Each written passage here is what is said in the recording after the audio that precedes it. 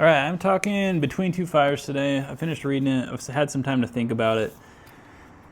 Just my general thoughts. I love the cover. I love the artwork. I love the font that's picked. I'm a big cover guy. I like the physical aesthetic of the cover. I think it's really cool.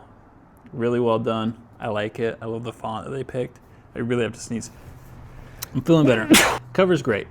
I'm not a big horror reader. I don't like the spookies. I don't like the residual effects that get left in my mind, and then I'm like hearing little cracks and crevices at night. I don't really enjoy that. I don't read a lot of horror for that reason. What really hooked me, the cover, between the cover and the premise, learning about this book, like man, 1300s. It's the Black Plague time, but it's not like plague rats. It's really like good and evil, or like you know, God versus the devil, essentially, right? So I thought that was really cool, and I think it was implemented pretty well. Um, like there's a lot of things about this book that I really really like. The premise is really cool. I really liked that. Thomas, my last name is Thomas. The main character's name is Thomas. He's great. I really like his character. He's, fallen knight, more or less. He's lost a lot of his lands and things, and eventually gets to fight the guy that screwed him over and wins that battle and takes on his likeness. But Thomas is like this flawed character. He's turned to being a brigand, but I think it's like what I really enjoy about the book is the overarching, like, even though it's a horror book and it's pretty dark, like there is this, the characters generally are doing like the main character cast that we see. Delphine is like the kind of the embodiment of Christ in this book. She's like the redeeming quality, the one that can redeem them, right? And so she's great. She doesn't want them to kill. She comes and saves Thomas at the end, and that's a beautiful scene. And it was very interesting to see what like his version of hell looked like, even though Thomas wasn't there for a long time. Um, I enjoyed seeing that. But no, I love this narrative that, it seems like they're trying to do largely the best they can. Or like there's circumstances that have led them to become what they are, right? With Thomas having his land and his wife and things taken away, and now he's a brigand. He's just trying to get whatever the best he can and survive. But then when he sees her and he gets the opportunity to make the right choice, he does so. And he's kind of a harsh man. He's a product of his environment, but because he's so close to Delphine, I feel like he really evolves throughout and tries to be the person that he knows he should be, and I enjoy that. Same with Père Mature. She just accepts him for what he is, even though he's a gay kind of drunken priest. And it's cool to see. Delphine is a beautiful character. She's really well written. I love that she's kind of a younger girl. This just coming to age girl. This still very like just clean, beautiful vessel. She's a vessel of Christ. Is kind of how I take her. And it's cool to see Thomas, kind of become a father figure of a sort, or a protector to Delphine. Um, anyway, really enjoyed that too. Very well done there. Père Mature, kind of talked about him already. I liked his character. I liked that he went out. I like, 3/4 of the way through the book. He was cool. I like a priest generally.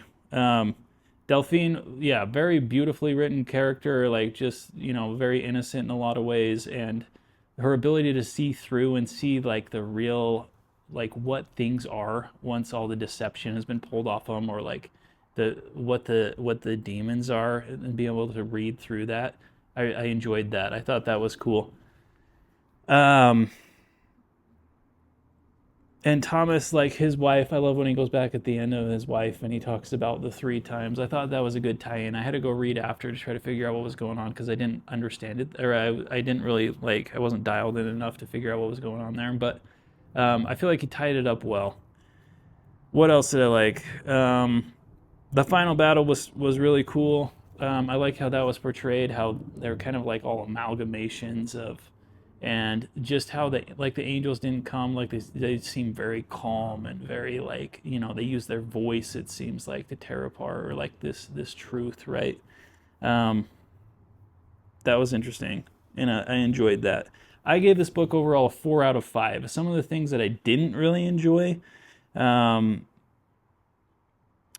like two thirds through, I kind of felt like after they'd already been to France and were going to Avignon, I felt like it got a little lost. I didn't really kind of know what the objective was for a minute, and I feel like he kind of gave us like a clear objective, and then it got, I don't know, it felt a little muddled for a minute, but then the end, um, I don't know, I kind of got lost too for between the popes. Maybe I just need to reread that, or maybe I just wasn't paying as good of attention, but I did some additional reading after to kind of put that back together and reread a few spots, and it was well done.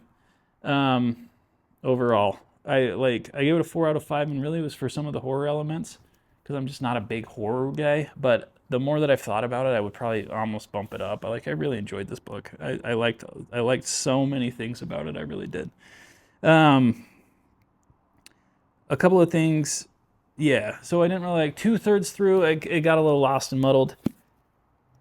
The other thing that I felt like maybe, and maybe this is something, I don't know. I've talked more about it with one of my other buddies that recently finished reading it, but like they didn't know, like in the 1300s, they didn't know what was causing the Black Plague or the death, right? They just knew everyone was getting infected, and it's just very superstitious time compared to the medical advances that we have today. But them like, and so maybe they probably, those people back in those times probably felt like they were being cursed by God or being punished for something anyway, and it was non-visible really to see to them, right? The infected rats and the bacteria and whatnot, that's what killed a lot of the people, and they didn't understand that.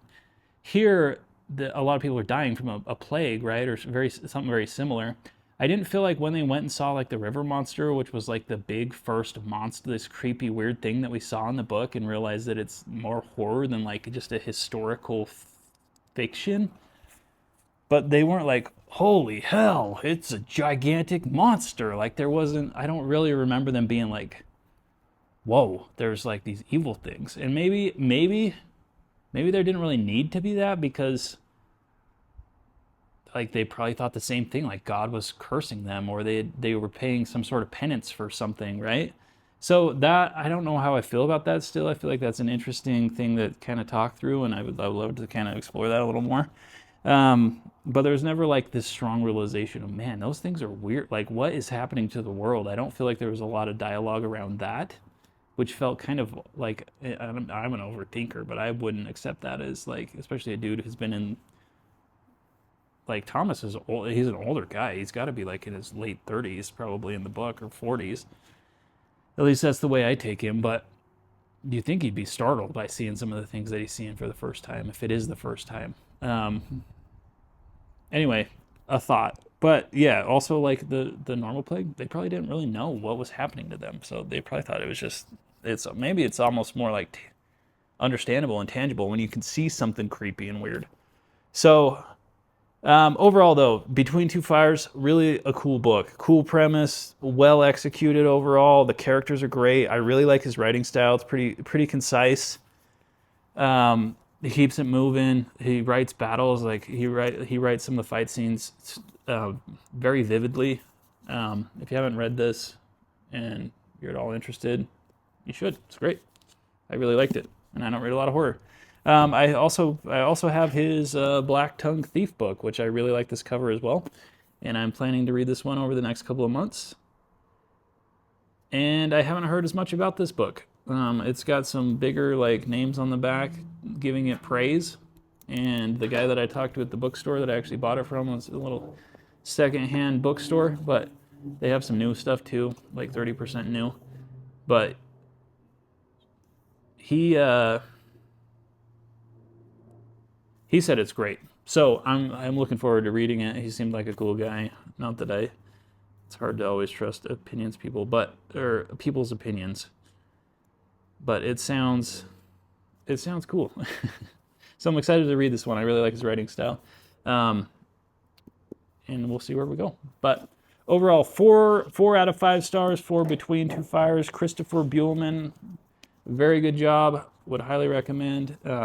Just knowing that there's some spooky things. So, but if you're into spooky things, you're probably gonna love it, and you probably already read it. So, anyway, if you watched to this point in the video, thank you, and I appreciate you watching. And consider subscribing and all those things. That I would appreciate that, because I just try to document my life and be a little more thoughtful, and it's been good for me. So.